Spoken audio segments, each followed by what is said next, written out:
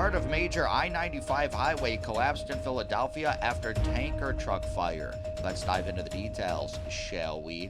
An elevated section of Interstate 95 collapsed Sunday morning in Philadelphia after a tanker carrying flammable cargo caught fire on the exit ramp beneath it, Pennsylvania officials said. Motorists had to be routed off the interstate, the main north-south highway that runs along the east coast of the United States. Officials said the tanker truck was carrying a petroleum-based product. The truck had exited the northbound side of I-95 on the Cottman Avenue ramp, which curves underneath the overpass and eventually points drivers towards Route 73. The truck might have had difficulty navigating the off-ramp, according to the Pennsylvania Department of Transportation.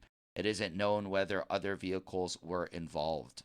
The tanker remained trapped Sunday evening under the rubble of tons of steel and concrete, Governor Josh Shapiro said at a news conference. We're still working to identify any individual or individuals who may have been caught in the fire and the collapse, he said.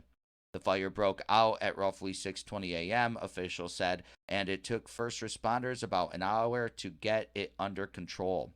Videos and photos from the scene showed thick black smoke spiraling into the air near the Cottman Avenue exit in northeast Philadelphia.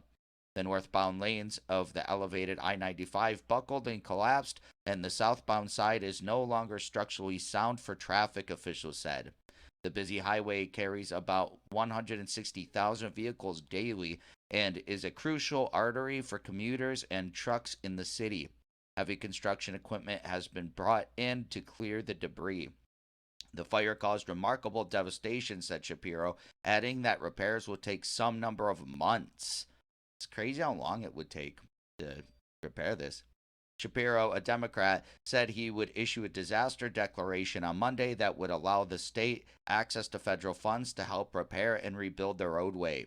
He declined to comment on the cause of the fire, citing the continuing investigation.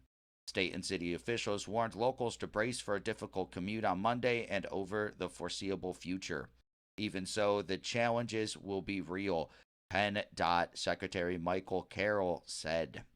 Interstate 95 spans 1,920 miles from Maine to Florida and crosses 15 states. Construction on it began in the 1950s, and it remains one of the most heavily trafficked highways in the United States.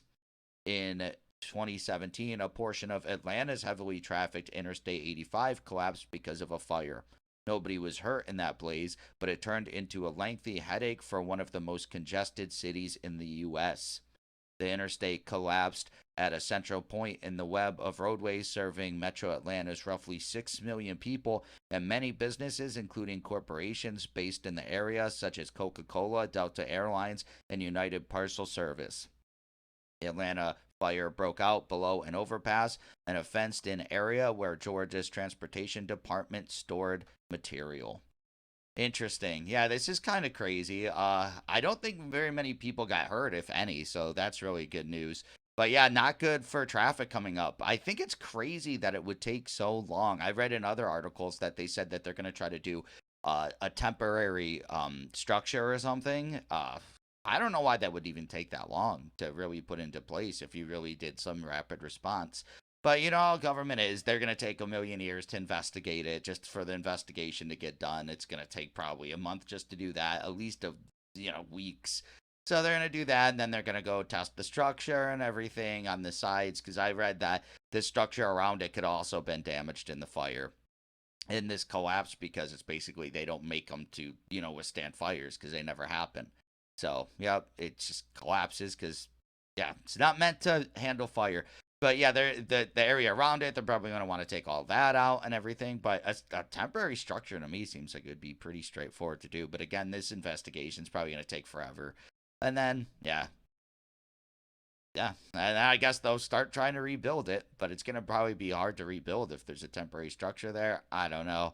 But what is your opinion of this story? Please let me know in the comments below. Also, be sure to smash that like button, subscribe to the channel for daily news updates, hit that notification bell, and share this video to help spread the news.